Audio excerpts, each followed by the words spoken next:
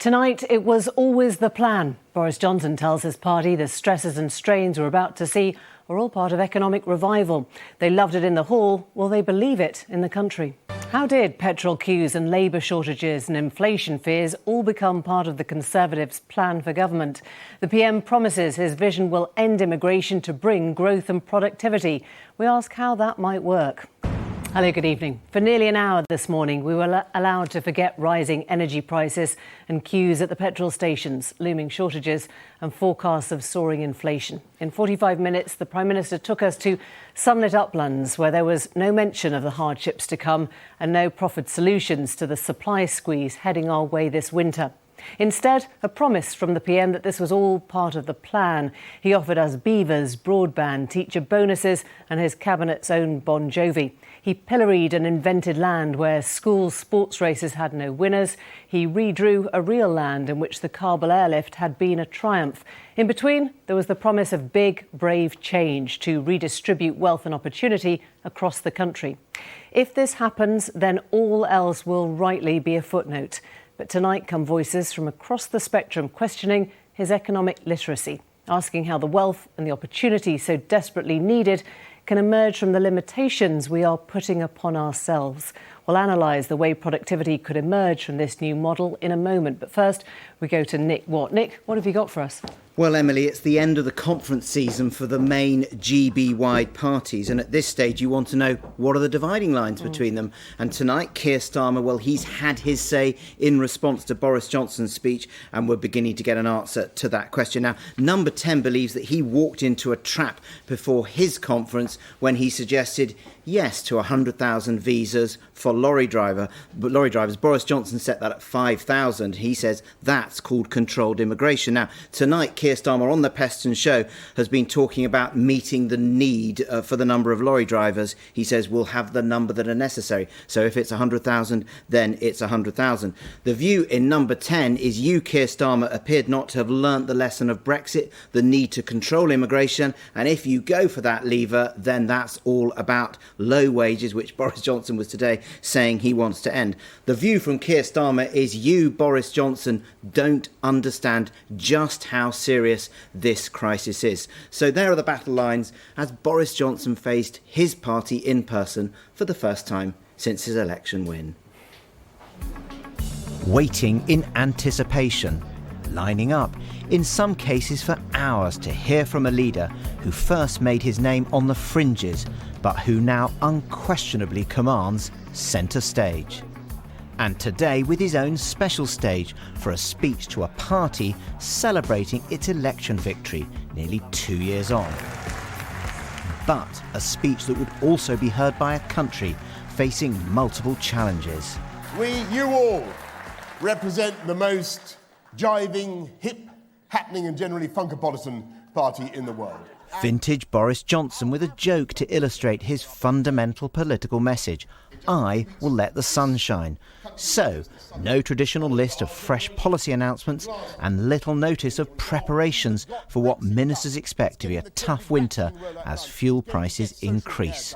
And we are going to deal with the biggest underlying issues of our economy and society. Instead, an explanation of how the twin challenges of COVID and Brexit allow him to remodel our economy. Because we are embarking now on a change of direction that has been long overdue in the UK economy. We're not going back to the same old broken model with low wages, low growth, low skills and low productivity, all of it enabled and assisted by uncontrolled immigration. There will be bumps. And yes, it will take time, and sometimes it will be difficult, but that was the change that people voted for in 2016. And the theme he knows is crucial to retaining the Tories' red wall seats, levelling up to provide help to areas which feel left behind, an outline of his ambition and a dividing line with Labour. And let's be clear that there is a huge philosophical difference between us and Labour, because in their souls, they don't like levelling up. They don't like levelling up. They like levelling down. They do. They like They like decapitating the tall poppies and taxing the rich till the pips squeak. And From the cabinet, naturally, they were delighted. Fantastic, full of strategic vision, direction and a massive buzz of pent-up energy as we come out of this pandemic. Did you think it was a bit, some people might say it was a bit light on policy? No, it was very strong on strategic direction and unpacking all of the things that we want to achieve. And full of vision, full of optimism. But is there a danger that with sort of, such a sunny speech, you look a bit out of touch maybe with a country that does have grave problems? The Prime Minister recognises what needs to be done, and he's set out what the future is, and it's a very optimistic future. And that's what he does. His optimism and his vision is first class. And I was absolutely delighted. It was a fantastic speech. It was very forward-looking. It gave a vision of where we're going in the future, and I thought it was just brilliant. Now, we all know that he likes to sort of paint a positive vision, but that meant that there wasn't much substance. Oh, come on, Nick. substance. We're the fastest growing economy in the G7. We're getting gigabit broadband in the ground. Target 68% by the new year. We're delivering on skills. We're doing a huge amount. It was not a lack of substance. There was a lot of substance in that speech. Is there a danger that you can look out of touch, not understanding the very real challenges out there? Oh no, look, he addressed how tough it's been, but no one wants to be an Eeyore about it. We saw the snooze fest that was the Labour Party conference. If all you do is hang around saying, oh, everything's dire, everything's terrible, without a positive alternative, you're not going to get the support. Yeah, and that accusation's been thrown at Boris since before he was Mayor of London, and yet, he keeps getting elected, and he actually keeps, more importantly, keeps delivering. And family on hand too. About that, how's the family differences on Brexit? Is that all resolved now? Are you friends? We're building back Beaver now, Nick. You're behind this curve. Bye. Harmony, now that the Prime Minister is championing beavers. Packing up now after a supremely confident speech in which Boris Johnson effectively declared, in this arena, I set the rules. And so he painted a picture of sunny uplands and how he sees opportunity in what many regard as an evolving economic crisis. But outside events do have a habit of intruding in halls like this, and he may well find that if fuel continues to be disruptive and if energy prices continue to spike, then the usual rules demanding an immediate prime ministerial response may apply even to him. The end of the show, and down with a bang. Just memories from today, but a theme likely to endure. Nick Watt there. Well, the PM told us today that by ending immigration, he can push up wages and get higher growth and productivity. The end of immigration may push up wages, but there's nothing to dictate this helps the economy to grow. Indeed, we have a woeful recent history of productivity, and the comparatively impressive productivity of neighbours like Germany is heavily reliant on a large labour market. So how do we get Britain to prosper? What does it take? Here's Lewis Goodall. Yes, Emily, the PM and Chancellor said today that we are not going back to the same old broken model with, quotes, low wages, low growth, low skills and low productivity, all of it enabled and assisted by uncontrolled immigration. Well, let's examine that idea. For a start, Boris Johnson is right about something. We do have a productivity problem, productivity being how much each worker in the economy produces. When it's going up, we get richer, generally wages go up too. And as you can see here from this graph, it has been stagnant productivity per worker pretty much since 2008. And that's one of the reasons why wage growth has been so stagnant as well. But can we say that's because of immigration? Well, let's take a look at this. This is Britain's productivity per hour in US dollars, ranked against other G7 nations. And you'll see here, the UK in the middle, but it's lower than France, the US and Germany. But of course, France and Germany are in the European Union. They were and are in the single market for labour. Granted, they didn't have quite as much Eastern European immigration to begin with as we did, but they are similarly immigrant-rich countries, and it hasn't stopped them from having economies which are more productive than our own, and compare as well, actually, incidentally, to Japan. Japan is a country with very little immigration, but it's less productive than any other country in the G7. There simply isn't a hard link necessarily between productivity and migration in the way that has been described. And the danger is not only that productivity doesn't necessarily rise if you reduce immigration, but also that it can go down. Artificially creating labour shortages isn't a great way to boost productivity. For a start, managers of businesses are going to have to spend lots of time trying to find workers rather than boosting the efficiency of their companies. But also it can disrupt the economy in all sorts of ways that are not helpful. So if we're short of fuel and food and all sorts of other things, then we're hardly going to be more productive as a result. It's possible that in the longer term, there will be a small boost to wages and to productivity. But I think the impact of uncontrolled immigration on both of those is probably exaggerated.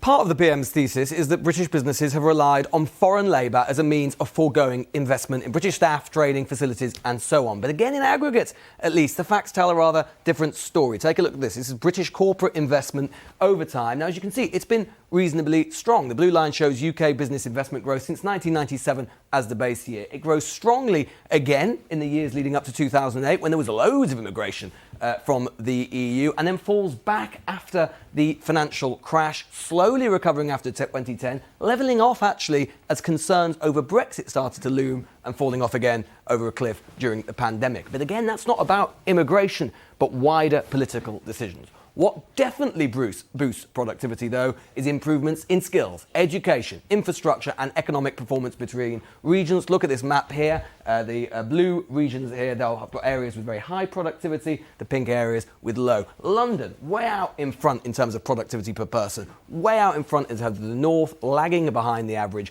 But immigration isn't going to make much difference to that because some of the regions with the lowest productivity, like the north or Northern Ireland, already have the lowest immigration levels by comparison to places like London. And let's be clear, governments have been trying to do something about this disparity for years. We didn't call it levelling up, but it isn't a new objective. It's just that it's hard and takes a long time and clever policy. And on the detail of policy on levelling up and skills and boosting productivity in that way, we're still to see much of the meat. And we certainly didn't at conference. And the danger is that if you get a reduction in labour in, say, agriculture or HGVs, and you reduce the labour supply because you want to raise wages, that's fine. You'll definitely raise wages. But if you don't boost productivity with it, all that happens, because that worker is just producing the same as she was yesterday, is that it costs more. That cost can only either be absorbed by the business, reducing profit and investment, or it's passed on to the consumer, all of us, in the form of higher prices, inflation, which in the end means that even those who've had their wages raised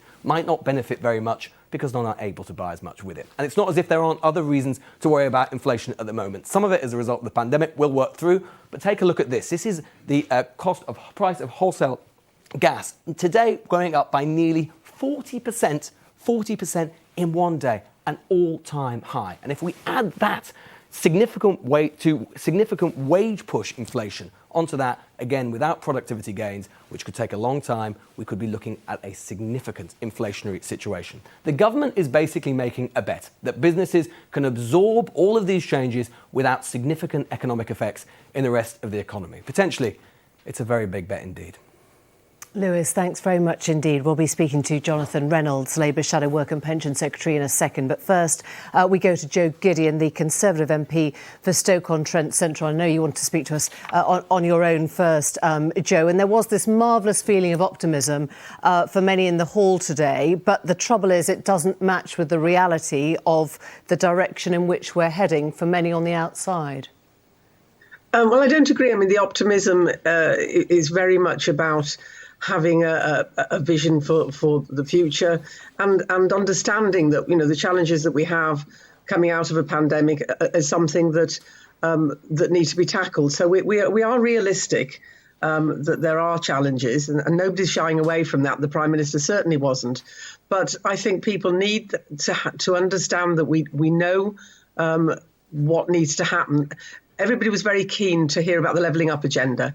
And he laid it out, I think, very clearly today. He did shy away from talking about the reality of rising gas prices, as we've heard from Lewis, of the worker shortages, of the energy crisis, of the emergency culls that are going on in farming, though. Wasn't that the tone of a Prime Minister in denial?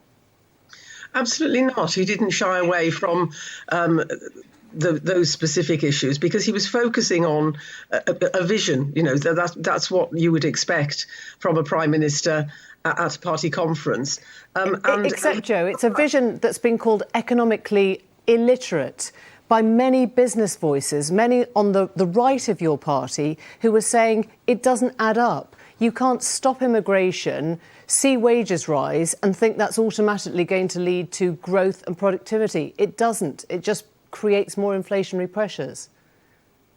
So, the right of the party, I think you're talking about the suggestion that we're making some of the tough decisions, like the decision on social care, where we are a party that doesn't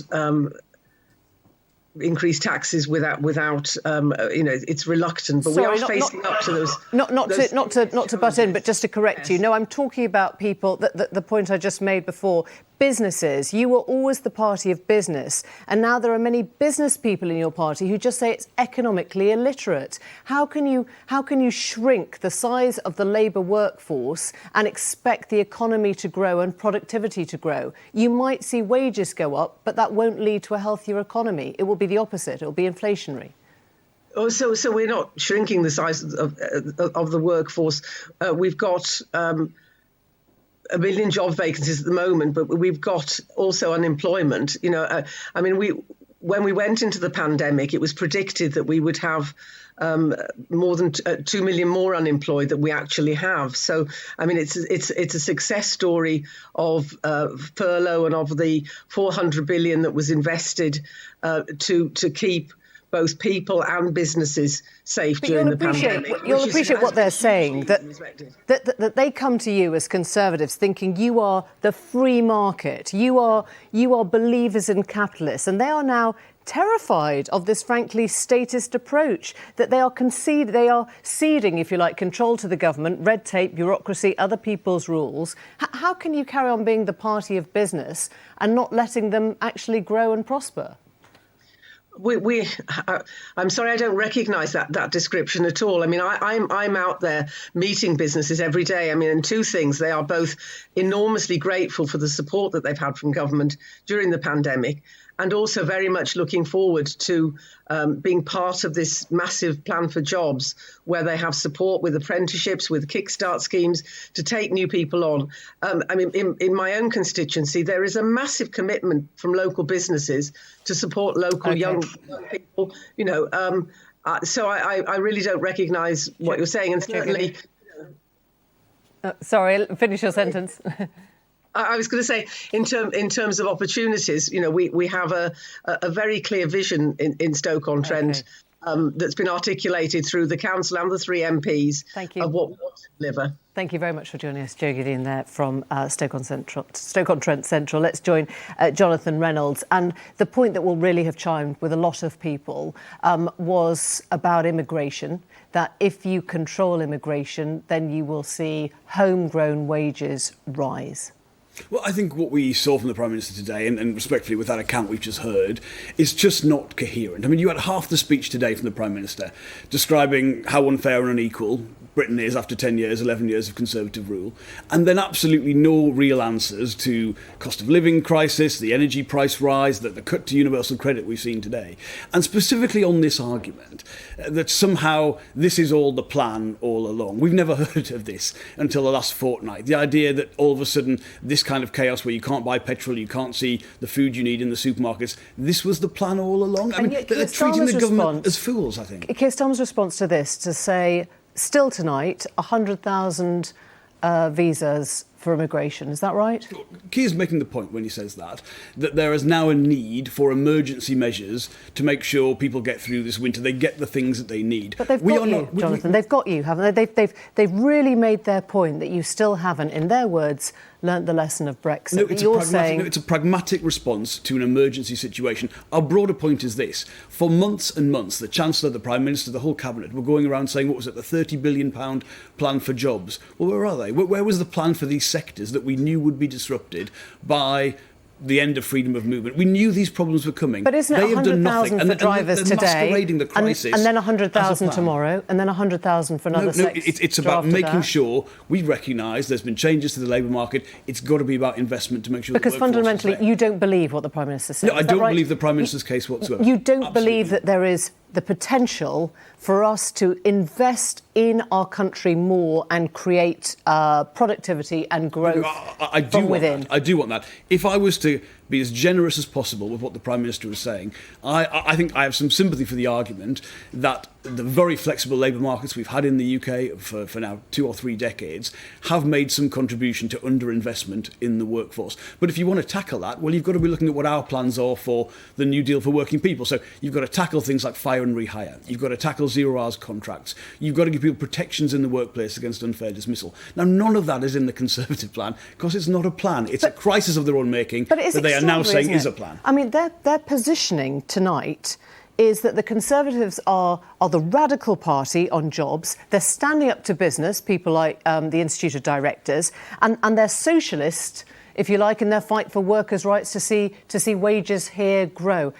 I mean, they are straddling this huge portion of political and economic ground that used to be yours. You might say they're making it up as they go along, because we didn't see or hear any of this people are buying until it. The last fortnight. Well, are they? Because I think increasingly, if you look at where the delivery will be, and eventually the Prime Minister will have to deliver, we have no idea what levelling up means. We have no idea really what the plan actually will entail. At some point he'll have to deliver, and people will find and see that really this is an emperor who has no clothes on. There is no plan here. If he was serious about driving up wages, let's make the minimum wage £10 an hour for all age groups now. That's the kind of difference you could make. Let's look at these situations. He might be doing that. I mean, I think that's what we're hearing about in the budget, that he's...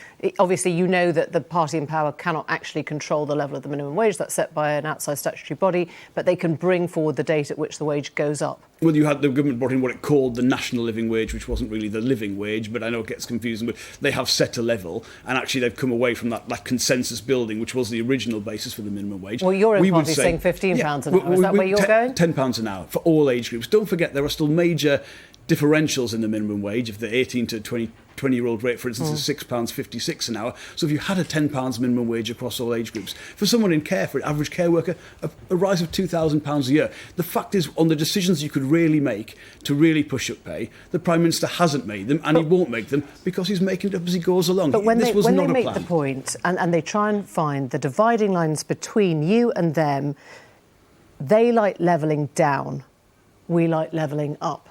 That's what he said. I mean, you are painted as the party that actually just kind of wants to cut off the top. I think his phrase was decapitate the poppies. I think that's nonsense. And I think it's the kind of tired cliche that he used to write in his newspaper columns, and now he is taken to be Prime Minister. And yes, I think some people now and again buy it. He has a certain sort of charm to the act. But again, where is the delivery behind that? If he was really serious about levelling up, that cut today of £20 a week for 6 million British families, more than £1,000 a year. Then they say you want people to depend on welfare. 40% of the people that affects are in work. As well as that, look, there are 20% of the people affected by that who are unable to work. They've got a disability or they've got caring responsibilities for young children. Now, yes, I think we should defend those, but really, you can't defend a cut of that magnitude, disproportionately in the Midlands and the North, and say you care about levelling up. People can't believe that. OK, thank you. Thanks for coming in. Now, as we emerge from the pandemic, there have been increasingly loud demands for GPs to see patients face-to-face instead of over the telephone or online. The Prime Minister and the Health Secretary have backed a Daily Mail campaign on the issue. But with escalating demand and a massive backlog of non-COVID problems, how realistic is it for GPs to go back to exactly as they were pre-COVID? And is that what people even want? Our health correspondent, Deb Cohen, has been in Sheffield to understand what strain the system is under.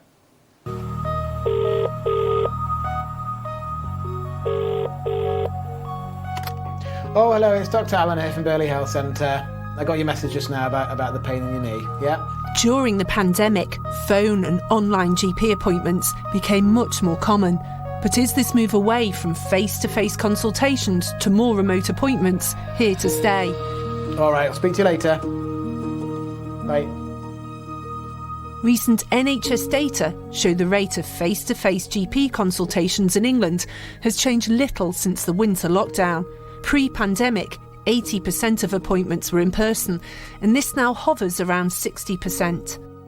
These are all the things that have come in that haven't yet been allocated yet. Dr Ben Allen is a GP at Burley Health Centre in Sheffield. Is it something that we can manage over the phone? We can maybe get them to take a photo. He says the pandemic has sped up changes that were already underway. The way that we're working now differently is primarily not because of COVID. It's because we are making changes to try and help more people.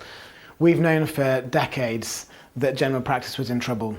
as people are living longer, more complex problems, more medications, more things to do in the community, our workload ramps up every year, and the number of GPs that we have to manage that is decreasing every year. This strain on GPs is not a new one, and this increased pressure is being felt across Sheffield. A report on primary care in the city, seen by Newsnight, paints a stark picture. Local practices are now expressing genuine fear for the collapse of general practice in the city.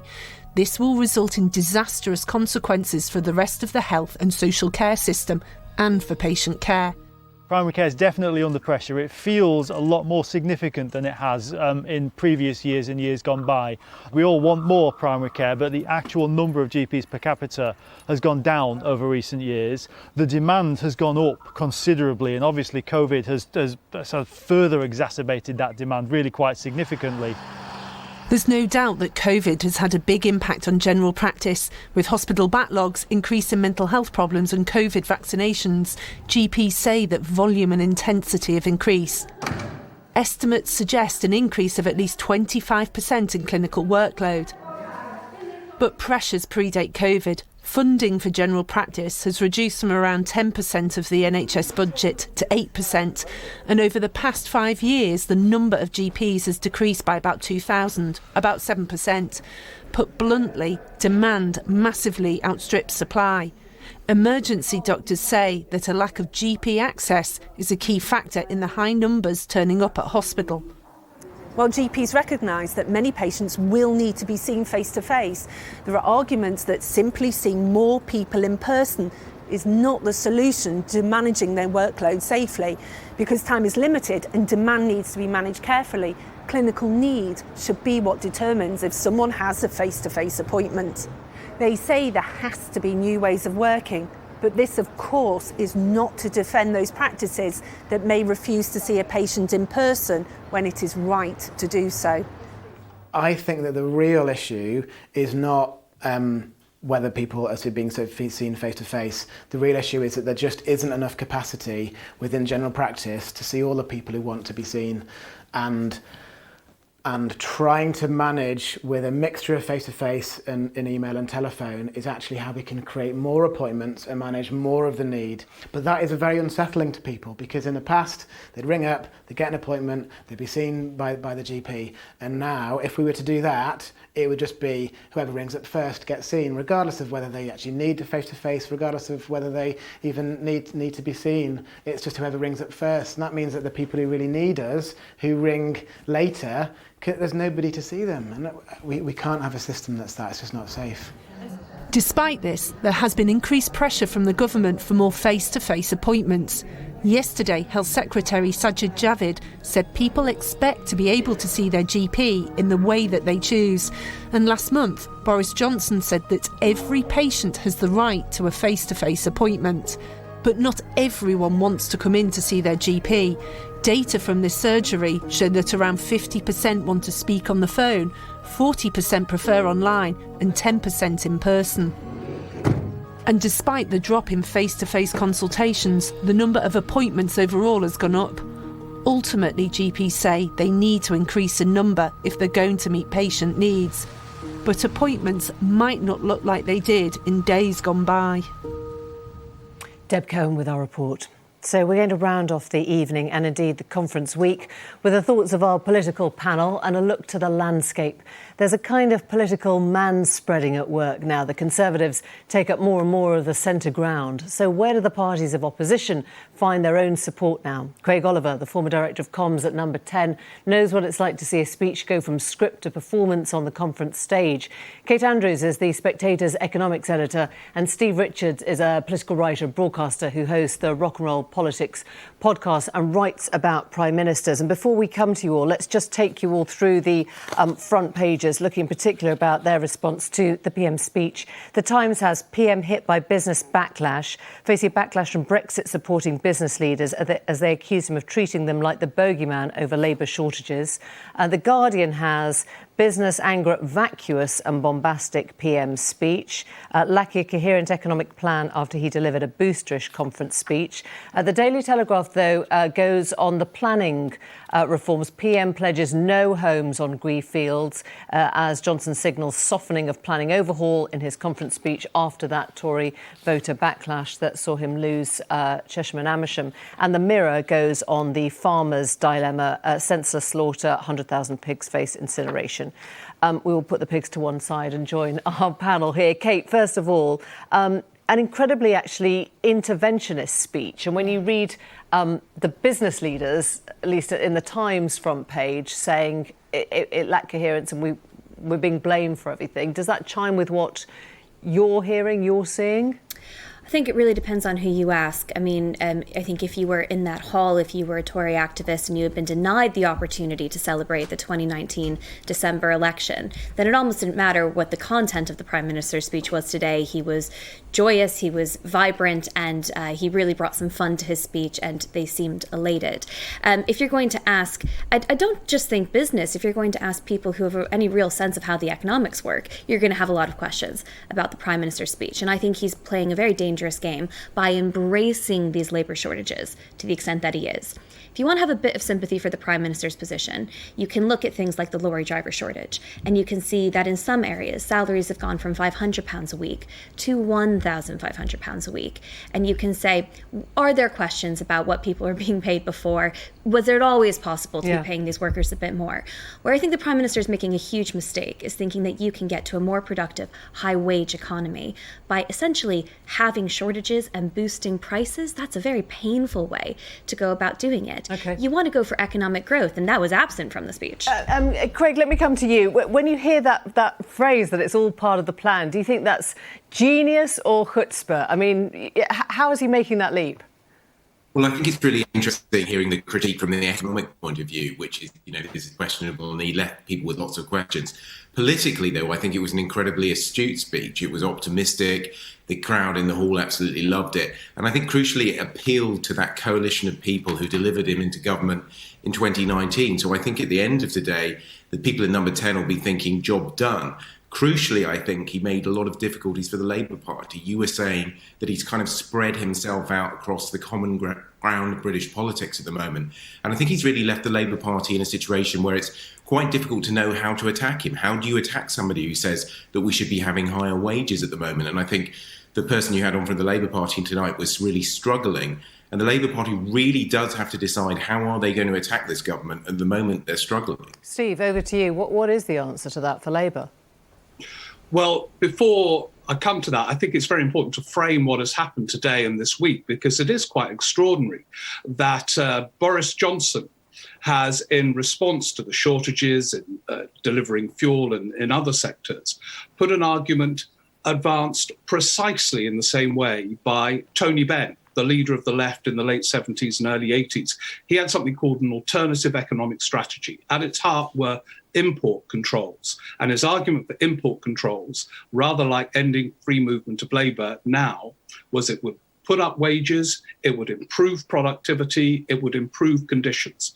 So Boris Johnson's become a Bennite in his argument. I don't know whether he did it by accident or what, but that is where he is in terms of the issue of labour, the small L, labour. And I think that will, over time, raise big questions internally within his party. In terms of the big L Labour Party, when you see opponent moving onto your terrain using interventionist arguments about the state and so on, you can either retreat and think, oh, that's it, it's all over, they've come onto our terrain, or say, right, they are conceding a great deal of previous ideological ground. We will claim that we are the conviction politicians in these areas and explain how. You have to be supple, clever, but it's never inevitably a defeat for an opponent when you see a prime minister moving towards you. It's a slightly Pyrrhic victory, I guess. Kate, if Labour were offering this, we would think it was economically illiterate, wouldn't we? We'd say there's no way in hell that they can do this. Yeah. So when the criticism from the Prime Minister is coming from the right, where's the ground for Labour? It's very difficult. The Prime Minister, a lot of people are saying that he's the ultimate centrist, because if you're on the soft left, the centre left, you're going to love a lot of these policies, because what's not to like? Ed Miliband came up with half of them. But speaking particularly of the energy price caps there, which the Prime Minister, even watching these companies fail, still isn't moving away from. But look, I think the difficulty is that this has been economically illiterate for a long time. And I was watching one minister in particular throughout conference, and that was the Chancellor, because whilst the Prime Minister and much of his cabinet went around talking about the low tax economy and being the party of low taxes, it was very telling that the Chancellor was not using that phrase. He was being much more honest. He was saying, we're going to try to be more fiscally responsible, i.e. Prime Minister, please stop spending all this money, or if you do, we're going to have to raise taxes. Craig, is he creating headaches for his cabinet? I mean, he was very much centre stage at his own conference, but he's quite often been centre stage at other people's conferences. You'll know that well, at David Cameron's side. No, I remember very well when we were trying to organise conferences. So we literally had in the grid a Boris Day where we basically gave up because we knew that Boris Johnson was coming to town. What was interesting, I was in Manchester earlier this week. There was no sense of threat whatsoever for the Conservative Party or for Boris Johnson at all. He was seen there as very much the dominant figure in the party with no challenges against him. And if I might say, I think that we're being slightly unsophisticated in terms of our analysis of what this government's trying to do at the moment. Yes, there are some questionable policies. Yes, there are some things that are perhaps Benite, but it's also mixed in with a little bit of cultural politics, a bit of patriotism, a lot of optimism. And that blend is actually quite appealing. And I think that we're probably underestimating them by not really giving them a bit of credit for saying how appealing that is. Yes, there are going to be problems coming forward. There are going to be huge waiting lists in the NHS. Gas prices rising is a real problem. Both of those are very difficult for the kind of people that they need to keep on their side. OK, I know you want to come back, and then I'll go to Steve. Optimism doesn't pay the bills. And the problem for Boris Johnson is not the Labour Party. It's not his backbencher MPs, many of whom are grateful to him to have their seat in the first place. It's going to be external events. And if you start to couple the cuts to universal credit, which I think the government can defend, but no doubt it's going to be painful, the rise in electricity bills this winter, inflation, which the Bank of England thinks is going up to 4%, the markets now think it go up to 6 or 7%, you're now starting to look at a real cost of living crisis. Is that the end of the road for the Prime Minister with his huge majority? Probably not, but it's going to become more and more politically difficult for him just to talk about the optimism when he refuses to acknowledge the cost of living that goes hand in hand with it. At what point do you think that the wheels come off here, or do you think that the tracks just change? Well, I agree with Craig. At the moment, Boris Johnson is omnipotent, and that's based largely on the election victory in December 2019 and a huge opinion, well, not huge, but a substantial or significant opinion poll lead. He will become much less authoritative if that poll lead goes. Opinion polls, however reliable or unreliable, determine the way leaders are perceived, and his strength is derived from that. But I wouldn't, I agree with Craig about the potentially potent mix of all of this, but it does have to be coherent, and it does have to relate to reality.